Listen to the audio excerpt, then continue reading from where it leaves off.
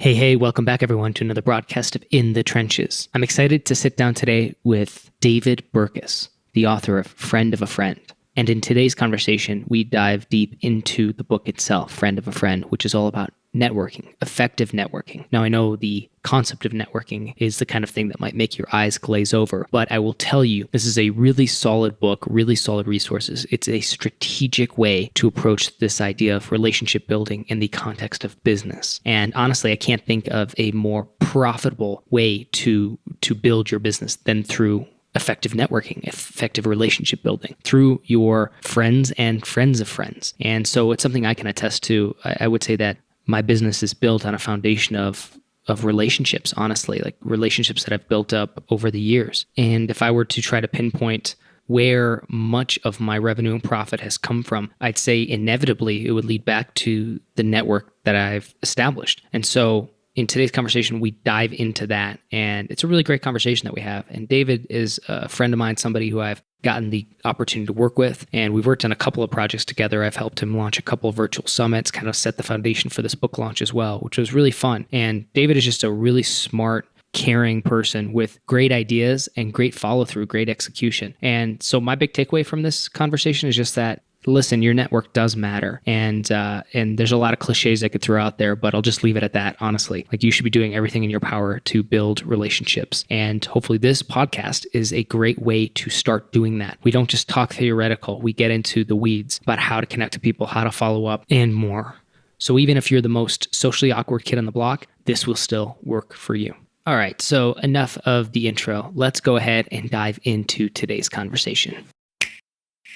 So David, the way I want to kick things off today is to talk a little bit about your book, Friend of a Friend, or if you look at the cover, maybe it's Friend of a Friend of a Friend of a Friend. Friend of a friend of a friend of a friend over and over. Yeah, my 6-year-old actually loves to read the cover because he just keeps going and he tries to get faster every time. It's really, I need to take a video of it and post it online to exploit my children for more book sales, but it's also just really cute. I like it. Okay, good. We can get into that as maybe part of this conversation, but I'm curious. So this is your third book, I believe it is? Yes, third book. Yep. Yeah, so let's talk a little bit about this. Like, what was the inception for this idea? And I know you went through the traditional publishing route. I believe this is the third book that you've gone through with the traditional publisher. So that model's not broken and not dead. I'm curious, this usually takes a while for a book to go from idea to you find it in bookstores when it comes to, say, traditional publishing. So give me an idea of the advent of this and when you started it and kind of what that process has been like for you. Yeah. So I actually find a lot of times the process of writing one book, you're researching a bunch of stuff and you end up down a rabbit trail. And then that rabbit trail is actually a highway. And you're like, there's no way I can cover this in the certain book. So this is just another idea to table and go back to later. Right. And so to some extent, that's kind of what happened with this. So in both of the books that I've written prior, I've drawn a couple studies from the academic domain of network science, which is the study of sort of how people connect with people, who's connected to who's 1 or 2 degrees of separation. In fact, have you ever heard the term sort of 6 degrees of Kevin Bacon? There's an actual real network science study of the Hollywood network. It's actually bad news for Kevin Bacon, but it's fascinating. And so finding these studies, and one of the things that's weird about it is that, the writer speaker thing is a business model. So I'm a business, right? I'm thinking about it like a business. And so naturally you're reading kind of advice on networking is a part of generating any kind of revenue in any kind of business. So you're reading those sort of books and they really start to frustrate you because most of what's out there it's good, but it's advice. And advice is a really good autobiography of what worked for somebody else. But there's no guarantee it's going to work for you, right? Unless you're a very similar person in a similar situation, et cetera. But the more different you are from that person, the less likely the advice is going to work. And the more likely when you try and apply that advice that you feel weird and sleazy and unauthentic. And that's literally like the current state of networking right now is everybody actually hates it, right? There are people that won't download this episode because we probably put that in the title somewhere, which is a shame because I really felt like what we need is a definition of networking that's not let's meet lots of strangers, but one that is let's understand the network that we're already in, how we can create value for that, how we can see who's connected to whom, who we haven't reached out to in a while, but we do know that might be a potential opportunity to help them or them help us, et cetera.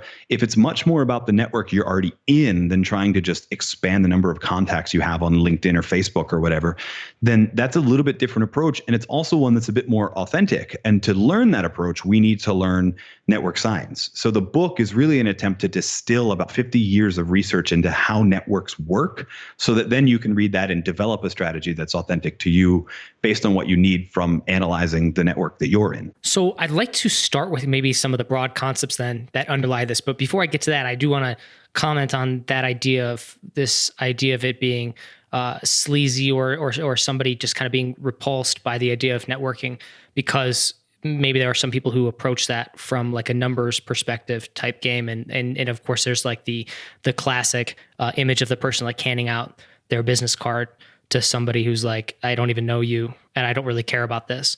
But it's funny because like, yeah, I do have this conversation. I think a lot of what I do is actually integrated into that is actually it's networking. It's like I talk a lot about collaboration and how important that is and how valuable that can be. And it's not a sexiest subject, I guess, but I think there is a way to approach it so that you can maybe organize it and systematize it to some degree so it's not completely overwhelming. Because I think that's another challenge too. People approach this and they're like, where do I even begin? And how do I stay up to date with people? How do I keep in touch? It's like, and then if you're an introvert like me, it's like even worse. But I think there's value in doing that. So I want to start with this idea of kind of the science behind this, and then how you've broken it down. Give us an idea of like how we can think about this in terms of like the broader models when we think about our network and how we kind of approach this subject. Yeah. So again, when we're visualizing this sort of network thing, right, I think a lot of people use the term model. I think we need to shift the mental model. It's not the list of contacts you're connected to. Like your contacts app on your phone is not your network, right? Your network is this three-dimensional thing, circles and lines connected to people. It looks like kind of like a spider web. Everybody's seen it, sort of a picture of a network diagram, right? You exist inside of one of those. And that is what we're actually trying to get to visualize and think about the people that for most of us, either we tried to be the little sleazy business card pusher guy, or we met one of those guys and decided I'm never going to be like that. And then because of that, we just sort of let who we're connected to develop organically, right? We met them at a conference or so-and-so introduced us. And that's great. But what we kind of need to realize is that means they are now connected to us and they're plugged in somewhere in this three-dimensional picture of the network, the industry, the whatever sector that we're in. And when you start to do that, you start to notice a couple things that don't show up on a list of contacts in your phone, right? The first is that not all ties are built equally, right? There are what we call strong ties and weak ties, and there's actually a subcategory called dormant ties, a subcategory of weak ties, but we talk about that in a second. But the strong ties are the people that usually, we got their cell phone number, we have their email address, we talk all the time, we see each other every day. And those are great people. They develop what in sociology literature is called bonding capital. They're really useful to have deep conversations with, but when it comes to new information, they're actually pretty terrible because they're all interconnected. Your close friends are usually really closely connected to each other. They all sort of know each other. So there's not a lot of referral that can come out of that. They all usually think pretty similarly. So there's not a lot of new ideas that can help you solve a problem in there. But other ties in your network, the weak and dormant ties, they are somewhere else in the network. They're not closely, like if we're visualizing this, they are not the ring of people that are around you. They're further out from you, and they have their own ring of people around them that are different than your close contacts.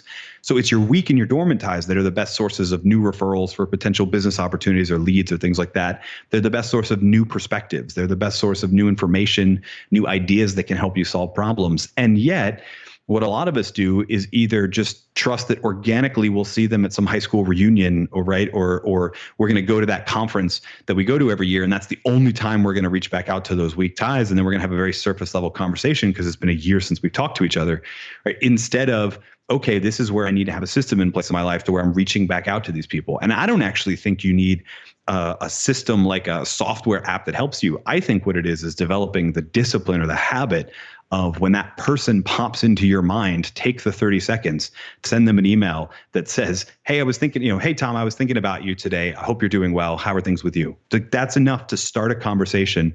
And very few people, so long as there's not also like a random skeezy sales pitch at the bottom of that email, right? As long as that's kind of all you say, most people actually receive an attempt like that as, oh, that's so flattering. Dave was thinking about me. That's really nice. And then they'll write back and tell you how you do, and you engaged in this conversation. So that's sort of that process of engaging in weak and dormant ties that can lead to a deeper conversation about, here's what I'm facing, and I'd love to get your opinion on it, or do you know anyone in this field, or what have you. It's those weak and dormant ties that if we take the 30 to 60 seconds when they pop into our mind to reach back out to them, that can really deliver a much higher ROI than just our close contacts, or worse, running off trying to meet new strangers and praying that stranger is just going to happen to have the answer. So one of the things I think about, and that's actually really useful, and I actually do that on occasion. And so good on me. I'm proud of myself now to hear that. Maybe to some degree I'm doing it right. But like I also think to myself, man, like I wish I would stay in contact with people better. And so I think sometimes it's helpful for me to have systems and just say, okay, like try to follow up with some of these people like in the next month or two, or try to like be more consistent with some people, which has, varying degrees of effect in terms of like actually successfully implementing that. But I like the fact that this can just be something we just do off the cuff, and there doesn't have to be any intention behind it besides just like checking in on somebody, seeing how they're doing. And I like that too. So that's how, I guess that's a way to keep, say, these contacts, not just keep you top of mind, but keep them kind of warm. And then I guess my question would be like, in terms of like thinking beyond this, what's your take on like adding value? So one of your chapters, I think, is, be a super connector. And so you talk about that, and we'll just dive into that a little bit for me, because I'm curious about how do you see this in terms of, it's not just like checking in on people. I think that's a part of it, but do you feel there's any need to provide value to people, and how do you do that in an appropriate way? Yeah, I mean, I think this is something that we know is important, right? This add value approach. But yet what we think that means is like, I cringe when people are like so how can I help you? Right? Which is, now I have to, like, that doesn't actually add value. Now I have to think of how you help me. So now I have a new question that I wasn't thinking about 2 seconds ago that I am thinking. And I get that it comes from a place of generosity, of sort of wanting to help. And those people already do better than the ones that just take, right? But I think what we don't realize is that, and this is from the idea behind that sort of become a super connector thing, if we think about a network, there's a term in sociology and network science called social capital, the value of who's connected to who and by whom, and the value in that network and the strength of the community and all those things. Just like there is, physical capital, assets, et cetera, just like there's human capital, knowledge, skills, and abilities, there is social capital. There is value to the connections that are made.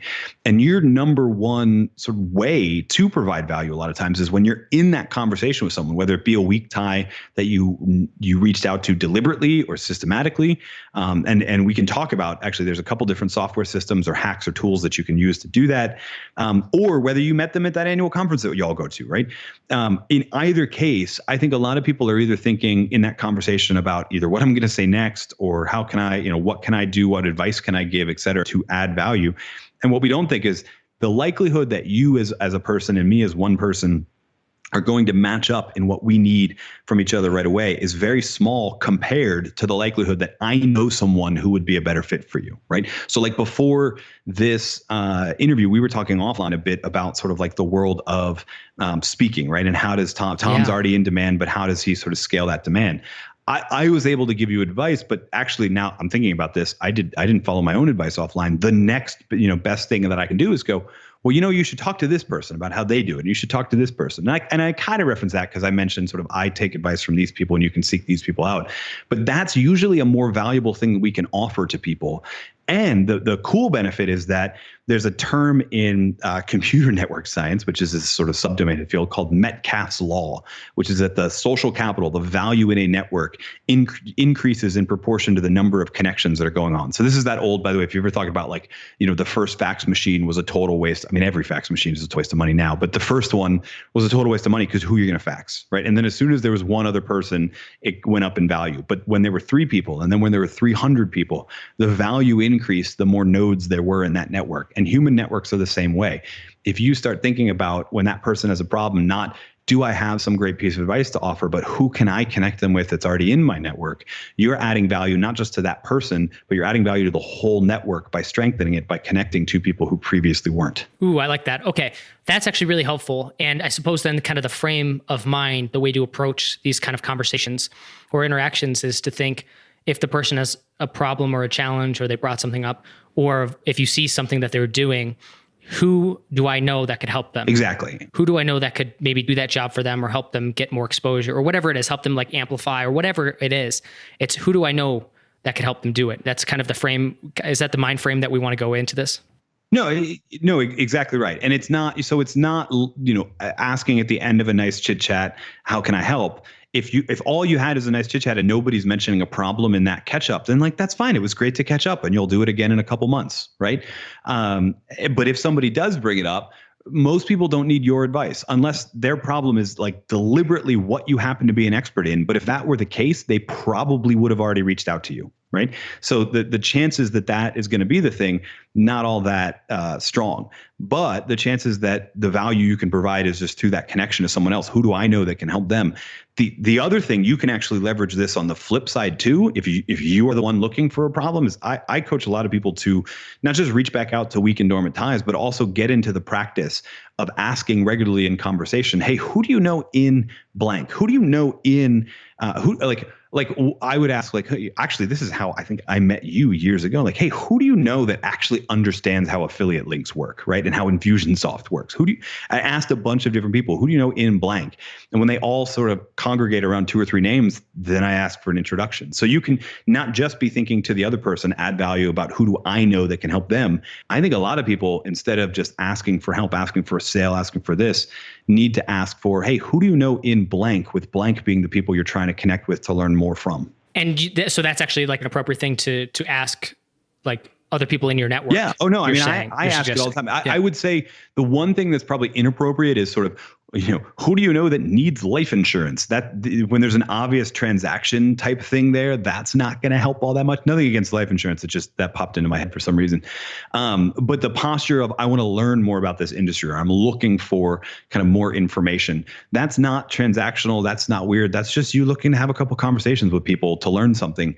That's a totally appropriate question to ask, and one that will get answered with not just one name, but sometimes 2 or 3 names, which is really, really good. If you're asking that of multiple people, now you've got a list of sort of 10 to 15 people that you could potentially start reaching out and learning from. So again, your intentions set the tone for whether or not it's appropriate. But as long as it's much more about the sort of learning, connecting conversation and less about transactional, then it's almost always appropriate. What are your thoughts in terms of like how to do that in this, digital era and space that we're in? Conversation, that seems like that could come up pretty naturally and is easy enough. Is it still like the kind of question that you could ask by just emailing someone? Or do you think that that's like, maybe there's an appropriate or inappropriate way to do that? Say if I was just like to email someone, hey, do you know anybody in this? Or is it better that maybe I just catch up with them, maybe we get on a call and then I can ask them a question like that? What's your take on something like that? I know that's kind of nuanced. Yeah, I mean, like you said, to some extent it's nuanced, it's contextual.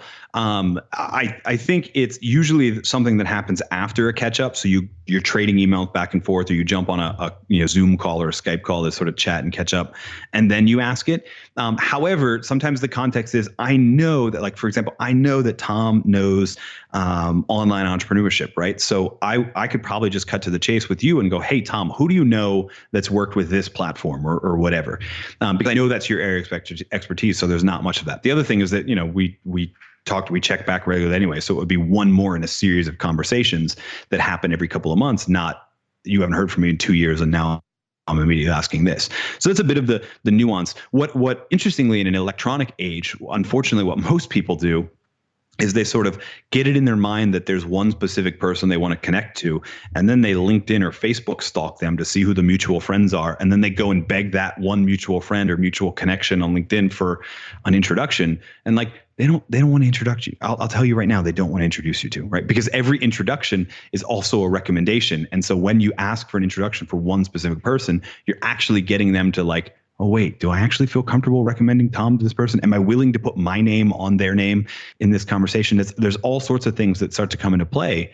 But if instead I'm just asking, hey, who do you know in blank? And you volunteer me that name, that's usually someone that you volunteer the name for because you're comfortable making that recommendation. So not only are you going to get more names than just sort of that one, you're going to get people that people are comfortable with. And so it's a much better posture to approach, even in online, when it's so easy to just LinkedIn stalk and then beg for an introduction. What are your thoughts on something like a podcast or a blog? I bring this up because this is one of the ways that I found it's been very valuable for me when it comes to relationships. And one of the things I encourage people when I do talk to them, like if they're interested in like getting into a space, it's like, hey, it's not that hard to start a blog or start a podcast. Well, I mean, there's difficulties, but something like a podcast is not necessarily that complex. If you can have a conversation with somebody, I found that that's like a great way for me to connect with new people too, versus just getting, say, like 15 minutes to meet somebody new, especially online, but to say, hey, like, I'd love to have you on my podcast, feature you.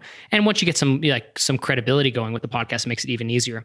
What are your thoughts on that? Like in terms of like maybe using some tools that like would actually help other people like get exposure, get publicity. Like, is that something that you encourage? And what are your thoughts on something like so that? just from a research perspective. So in the book, we talk about, there's a whole lot of research that suggests that networking events, the mixers, the unstructured conversations, the sort of speed dating for professionals things are not all that effective, right? And I think most good conference goers have already figured that out and start making plans to reconnect with weak ties during certain hours that are open instead of just wandering the halls and trusting that something will happen. And the interesting thing is when you dive into that research and you start to go, okay, then what is effective? You start to uncover this thing that some sociologists call shared activities, which are different than unstructured activities. They are things that draw a diverse group of people together to do something other than just have conversations. So a there's something going on. There's something we're trying to accomplish. There's stakes to be had, right? Which is, it could be everything from, oh, I'm going to join a running club. That's a shared activity. To let's throw a dinner party and all cook together. That's a shared activity. Let's serve on this with this nonprofit and build a house for Habitat for Humanity or what have you. Those are all sort of shared activities. What you're talking about, a podcast or a blog, et cetera, if you're using that as the means to sort of grow your network, you're actually leveraging shared activities. You're actually inviting someone in to create a piece of content with you. Right? When you say, hey, come on my show and let's talk about what you're doing. You're inviting them in to create something with you. I mean, I think there's some people that are just kind of jerks and don't really realize that and get a little sort of diva-ish. But if you can stomach a couple negative replies, most people are actually excited about that idea and will say yes far more often than if you just emailed them and say, hey, can I pick your brain for 15 minutes? Right. So you're leveraging that shared activities thing where there's something to do other than just have an unstructured conversation. And as a result, you actually end up building a deeper relationship with that person because now we've created them together. Like by the end of this recording, Tom, you and I will have we've actually created a whole lot more together than that, but we will have created one more piece of content together that strengthens the relationship much more than, hey, can we just jump on a call and chat for 20 minutes? That not only is that easy to say no to, but it's just this unstructured amorphous conversation that may not lead to something. But if we're in a shared activity together, it will definitely lead to something. It'll lead to a deeper relationship. I love that. Okay, that's great. And that kind of ties into, I think, one of the chapters that you wrote about was build stronger ties through multiplexity. If I'm saying that right. So the shared activities principle kind of leverages multiplexity, which is a fancy SAT word for. I mean, it's actually a great. It should be legalese, but it's a scientific word, so it is what it is. And the principle behind it is actually that if we think about how we're connected to people, so not who we know, but how we know them. There are uniplex ties and multiplex ties. A uniplex tie is we know each other because of this one thing. We work together, or we go to church together, or we see each other at the gym, or just there's only one reason, one context for ever connecting with that person. And in a multiplex tie, there are multiple. We work together, but we also go to this CrossFit box together, or we are involved in this group online, and then we also did a podcast together, right? So now we've got a couple different things together. The other thing that, like this podcasting idea or starting a blog and using that as the medium to reach out to people, the reason that works is that when you are doing a shared activity, you're dropping the script, the work to work, the who, what do you do conversation, and you're exploring the conversation from a couple different angles. It's much more likely that you will stumble upon things that you have in common that are outside of that original reason that you two connected, and that will build a multiplex tie, which is a deeper and stronger relationship. So I'm curious, what about, as you were talking, I was thinking to myself, like this idea of if you don't know where you're going, any road will get you there kind of thing. And when it comes to networking, I don't know if that necessarily applies here, but I think on the inverse, the opposite does, which is I think sometimes when people think about networking, they think about specific people that they want to get in contact with. And you kind of mentioned that or alluded to it when you're talking about like going through LinkedIn ties. And so they say, I would really love to get to know, like you mentioned Tim Ferriss in your book. It's like, it's like everybody wants to get an intro to Tim Ferriss. Got it. Or something like that. What are your thoughts in terms of like how people should approach this, especially if they don't feel like they have a strong network to begin with, and they don't necessarily know like, well, I don't know if I have like any intentions behind like where these relationships could go. Is there a process or approach that somebody like that should take that will actually just benefit them maybe in the future in ways that they don't see right now? I would say it's less if you don't know where you're going, any road will get you there. And it's more that if you start thinking about a network and the way that people are connected to each other, there's actually a thing in network science called resiliency, which is if I severed a connection between two people, is there still another way? If A is connected to B is connected to C. If I severed the relationship between A and B, is there a way for A to still get to C? And in most networks, there is. This is actually the disturbing thing about Kevin Bacon and the whole 6 degrees of Kevin Bacon thing, is that the Hollywood network is so resilient that you can connect anyone to anyone and you don't have to go through Kevin, right? And so when you're thinking about the specific, I want to get connected to Tim Ferriss, you're asking for that recommendation thing and you're going on a very well-traveled road that there's a lot of traffic and congestion on. The problem is a problem of sort of search. I don't know how to say, oh yeah, but if you meet this person and this person and this person, and then randomly you'll get connected to Tim Ferriss. But like I've actually seen it happen. Like I have a good buddy of mine that was doing this stuff and he was in a totally different circle with Tim, but they're both podcasters. So there's that. And then he is connected to this friend through this friend. And then this one invites him. And now he's in Austin and he's having dinner at a taco place because it's Austin. And then like literally in walks Tim Ferriss. And Tim actually knows 2 of the other people at the table. And now this friend who is now connected to him, who had no idea that the route was going to go that way. But because of the resiliency, because there's sort of multiple different ways, there are multiple different paths. And usually your best route is to not have the goal in mind, or at least have it in the back of your mind and just keep trying to explore the network of who's connected to who. And then eventually, if you just sort of keep growing that, you'll find that route. And that's specifically why I went back to this who do you know in blank question, because instead of saying, can you introduce me to this person? You're saying, who do you know in blank? You're now opening up multiple possible routes. And the more you do that to the more people, the more sort of new nodes that you see in the network that you're a part of.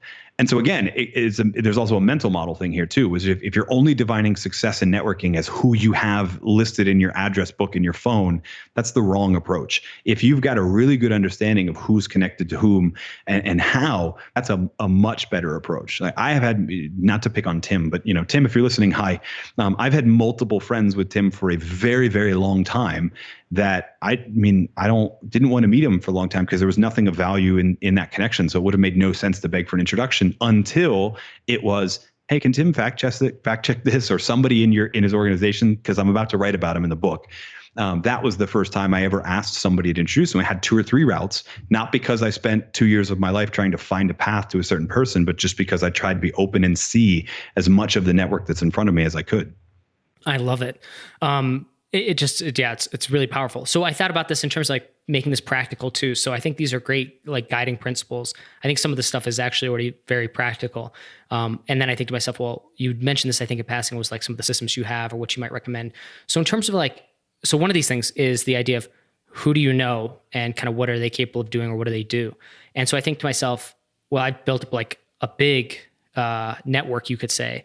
And I guess that's one of the cool things about doing a podcast and just kind of being in the space. I've really, really enjoyed it. I never knew who I'm going to run into, or when I connect with someone, I'm like, why didn't I know about this person before? I think it's one of the remarkable and wonderful things about like, I guess, the appropriate way to network.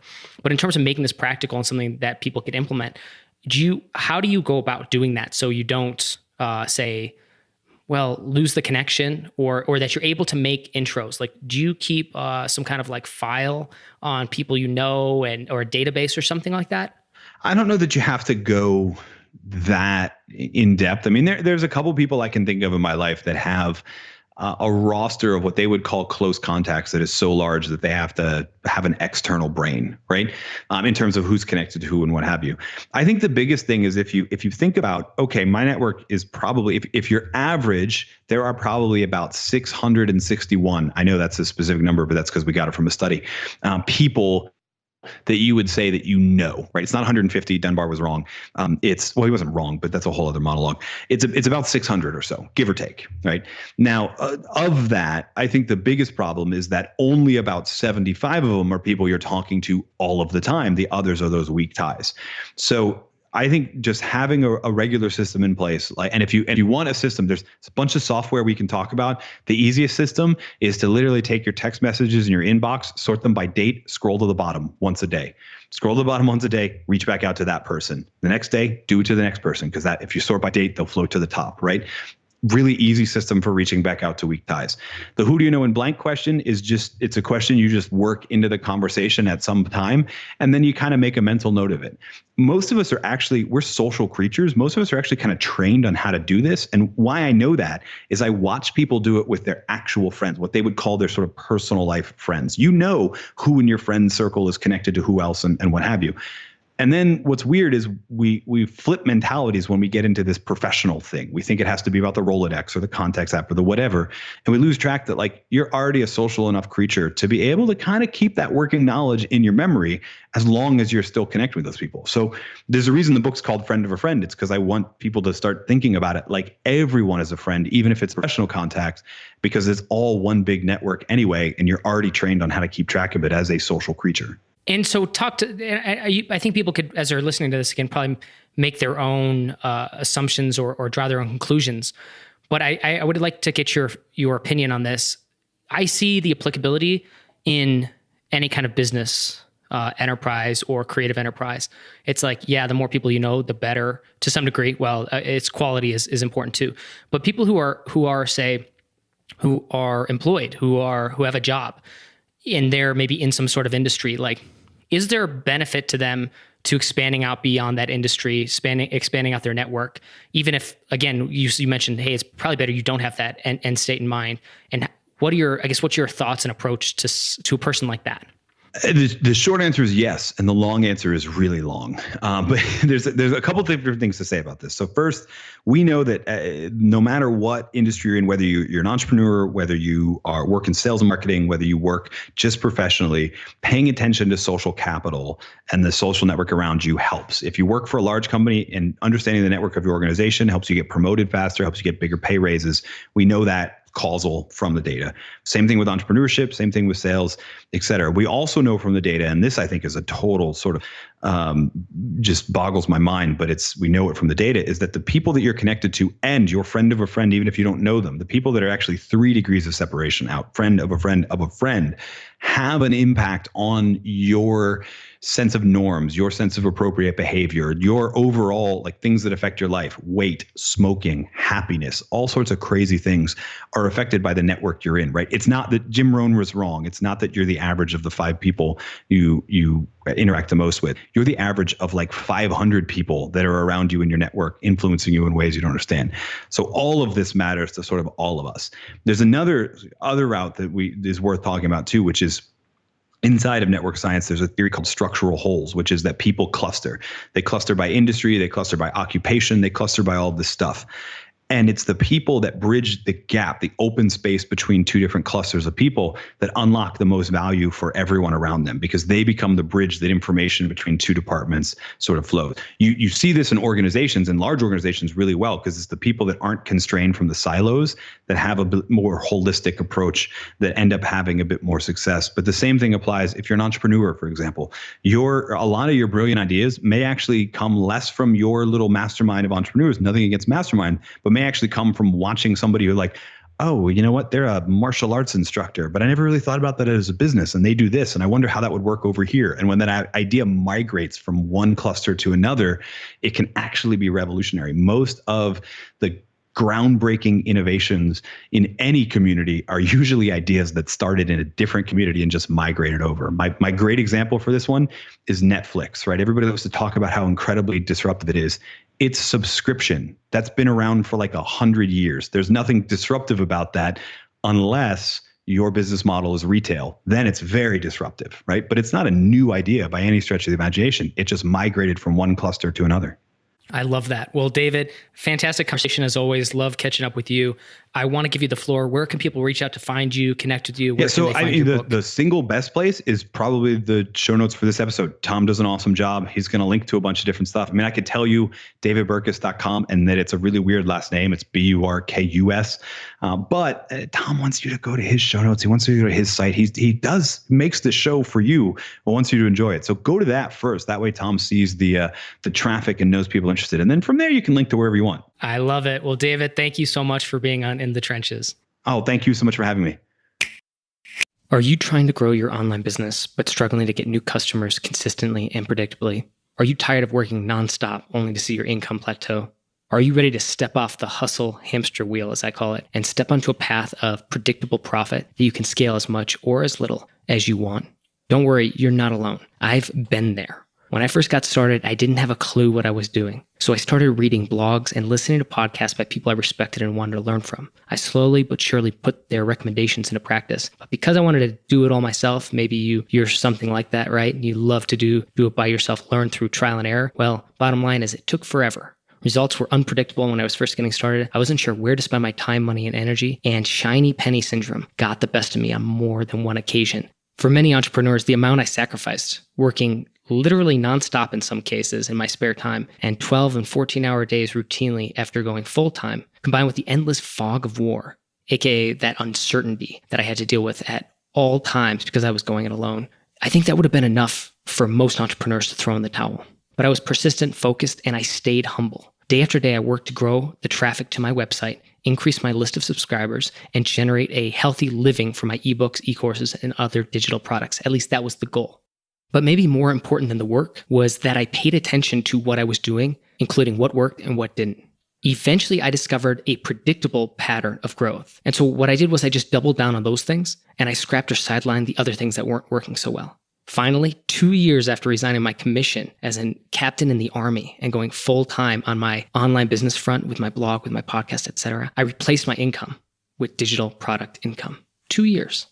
And so if that's where it stopped, I would have been happy with it. I would have been happy with the results. I wouldn't have complained. I would have been very content just replacing my income. But the bottom line is it was so much work. I wanted to, see if it could go somewhere else, right? So I just kept doing what I was doing, but better, faster, and more effectively. Again, just kind of applying the same system that I discovered from seeing these patterns emerge, right? So I implemented it, I kept doing it. And eventually replacing my income turned into doubling my income. And then that turned into a little bit more and a little bit more. But not just that, it afforded me the freedom to dictate my day and also choose the projects I want to work on the schedule and on the timeline I want, and to work with the people I want to work with. And to me, that's like a whole new level of freedom, especially coming from the military. It's something I've never really had that level of complete autonomy until I became my own boss. I started my own business, and until it became profitable enough for me to start to take a step back and actually reap the rewards of it. Because it's not all just working.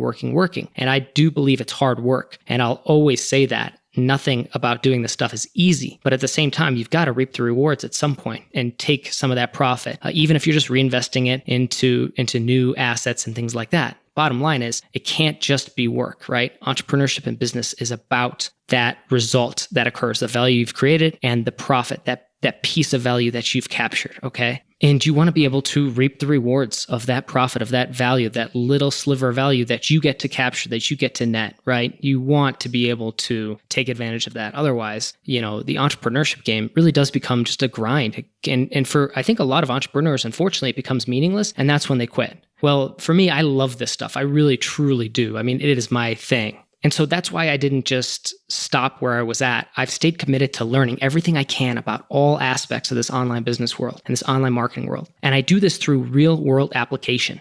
In other words, I'm currently growing several online businesses, and I'm always putting my ideas to the test in real time with my own money, with my own time and energy, oftentimes with employees, a lot of some stuff more advanced, some stuff more simple, but, so varying levels of complexity, and again, in different spaces, different niches. And I can say, bottom line, I've always loved the startup hustle, but I gotta say, it's nice to now be in a position where I can get big results with much less effort, thanks to having built the foundation of my business the right way. And again, I did it all through trial and error, but I don't think that that's the way that everyone needs to do it. And in fact, looking back on it, if I had to redo it, I don't know if I would. It was so difficult to just go it alone and try to figure everything out by myself. So one of the things I've tried to do is give back with this podcast, with my blog, and with my newsletter. But maybe even more rewarding than any of this stuff, while I've enjoyed all of it, I think the thing that I'm enjoying the most, that I find most engaging and rewarding, is the premium business mastermind and coaching program I run called 100K Academy. Inside 100K Academy, I help ambitious entrepreneurs who are very driven and excited to be doing what they're doing. I help them grow their reach, their influence, and their profit using my proprietary marketing system. That's the same one I use to scale my own online businesses from 0 to multiple 6 figures and beyond, and the same system I use to help my clients reach the New York Times, Wall Street Journal bestseller list, set Kickstarter funding records, and create viral product launches that have turned into predictable revenue streams. So lots and lots of case studies that you can find at tommorkus.com. If you're curious, just go to tommorkus.com/about, and that'll get you started. Most importantly, this system is one that 100K Academy members and alumni have used to achieve tremendous results, like Alexa, who used it to have her most profitable year ever, or Tina, who used it to make 5 figures from a sales funnel that she can now replicate and scale, and that's exactly what she's doing. Or Carrie, who made over $75,000 in just 7 days. And the crazy part about his story was that his online business was actually a side hustle up until that first profitable launch, which he has then been able to grow and scale. And he subsequently quit his job following that very successful week. And I think that that has been just a game changer for Carrie and the life he's living and the work he gets to do and the impact he gets to make on the world because of the great work he's doing now, because he was able to figure out a system that would get him the targeted traffic, the subscribers, the sales to grow a profitable online business. Bottom line, if you want to grow your online business from 6 to 7 figures, but you flatlined or you're struggling, or you just want to be told what to do and when to do it and in what order, right? And you want a system that is predictable and scalable and isn't just, another shiny penny, but actually will fit right into your business. It plugs in and is something that you can truly grow. I want you to go to tommorkus.com/academy. That's tommorkus.com/academy. Academy is spelled ACADEMY. Go to tommorkus.com/academy, and you'll find a page on my website with more details about 100K Academy, the business mastermind coaching program I run, as well as instructions on what to do next. Again, that's tommorkus.com/academy. And if you're serious about growing your reach, influence, and profit, just follow the instructions and we'll be in touch, okay? Again, tommorkus.com/academy. Go ahead and head over there now.